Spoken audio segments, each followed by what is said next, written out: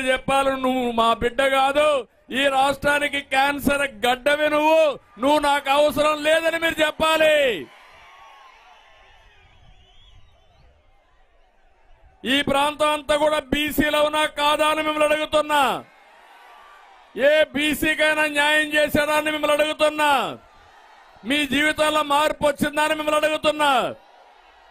30 ఆదరణ ఇంకా మిగిలిన 30 బీసీ కార్యక్రమాలు అన్ని రద్దు చేశాడు.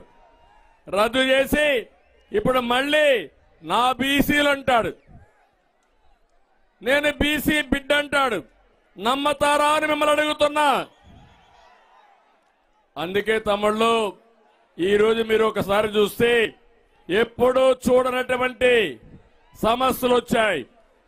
ఈ ప్రాంతంలో ఎక్కడికి పోయినా మన రాష్ట్రంలో గాని, కర్ణాటక గాని, హైదరాబాద్ గాని, కర్నూలు నుంచి వలసపోయిన వాళ్లే ఎక్కువ మంది ఉన్నారు. ఏంటి కర్మ? నేను ఒకటే చెప్తున్నా, సాగునీటి ప్రాజెక్టులు పూర్తి చేస్తాం, ఉపాధి కల్పిస్తాం, ఇక్కడి నుంచి వలసలు ఆపే బాధ్యత తెలుగుదేశం జనసేన తీసుకుంటాం. ఇంకో పక్క ఈరోజు వెనుకబడిన వర్గాలు ఉన్నారు ఇక్కడ. మీరు తెలుగుదేశం పార్టీకి కంచు కోట. ఇప్పుడు కేఈ కృష్ణమూర్తి గారు ఇక్కడే ఉన్నారు. మొదటి నుంచి కూడా ఈ ప్రాంత అభివృద్ధి కోసం పనిచేస్తున్నారు. అలాంటి కృష్ణమూర్తి గారు ఒక వెనుకబడిన వర్గాల వ్యక్తి. ఆయన్ని డిప్యూటీ సీఎం చేసిన పార్టీ తెలుగుదేశం పార్టీ అని చెప్పి నేను మీకు తెలియజేస్తున్నా.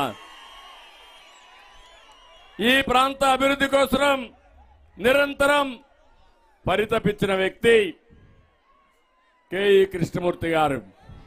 ఒక కేఈ కృష్ణమూర్తి కాదు, ఈరోజు యనమల రామకృష్ణ దగ్గర నుంచి అనేక మంది బీసీ నాయకుల్ని రాష్ట్రానికి అందించిన పార్టీ తెలుగుదేశం పార్టీ. ఎమ్మెల్యేలు అందించాం.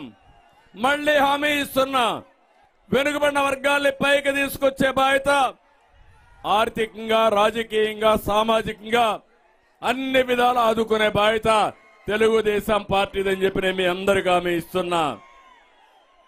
ఇంకో పక్కన ఈరోజు మీరు ఒక విషయం గుర్తుపెట్టుకోవాలి, బీసీల పైన ఎక్కువ దాడులు జరిగాయి. అమర్నాథ్ గౌడ్ అనే ఒక వ్యక్తి వాళ్ళ చెల్లెలికి అన్యాయం జరుగుతుందని, వేధింపులకు గురి చేస్తున్నారని అడిగిన నెపానికి అతన్ని తగలబెట్టే పరిస్థితికి వచ్చారు, సజీవ దహనం చేశారు. నేను అడుగుతున్నా ఈ ముఖ్యమంత్రిని, కనీసం ఆ కుటుంబాన్ని పరామర్శించారా అని మిమ్మల్ని అడుగుతున్నా.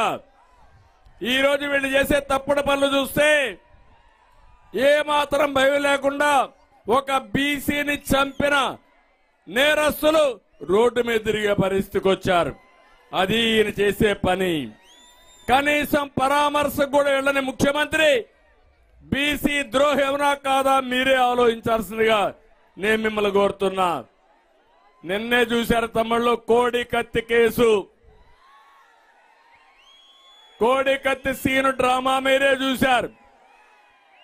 ఎంత దుర్మార్గం అంటే 5 ఏళ్ల నుంచి ఎక్కడున్నాడు? జైల్లోనే ఉన్నాడు. అదే వీళ్ళ బాబాయ్ చంపిన వ్యక్తి రోడ్డు మీద తిరిగే పరిస్థితికి వచ్చాడు. అంటే దీన్ని బట్టే మీకు అర్థమవుతుంది ఎలాంటి వ్యక్తి ముఖ్యమంత్రి అని. నేను ఒకటే మీ అందరినీ, ఈ ప్రాంతవాసులందరినీ కోరుతున్నా, ఈరోజు మనందరం ఇక్కడ సమావేశమయ్యాం. ఒక నిర్దిష్టమైన కార్యక్రమం కోసం ఆలోచిస్తున్నాం. నిన్ననే ముఖ్యమంత్రి గారు విశాఖపట్నంలో ఈ జగన్మోహన్ రెడ్డి సిద్ధం పెట్టాడు. మీ పార్టీని ఓడించడానికి ఇక్కడ ప్రజానీకం సిద్ధంగా ఉన్నారు. సిద్ధమా తమ్ముళ్ళు అని మిమ్మల్ని అడుగుతున్నా. యువత, ఏం తమ్ముళ్ళు మీకు ఉద్యోగాలు వచ్చాయని మిమ్మల్ని అడుగుతున్నా. జాబ్ క్యాలెండర్ వచ్చిందా అని మిమ్మల్ని అడుగుతున్నా.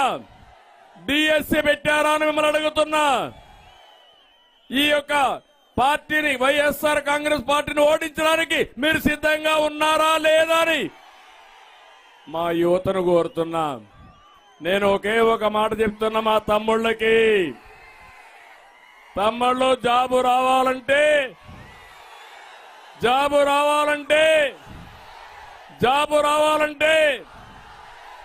సిద్ధమా మీరని అడుగుతున్నా.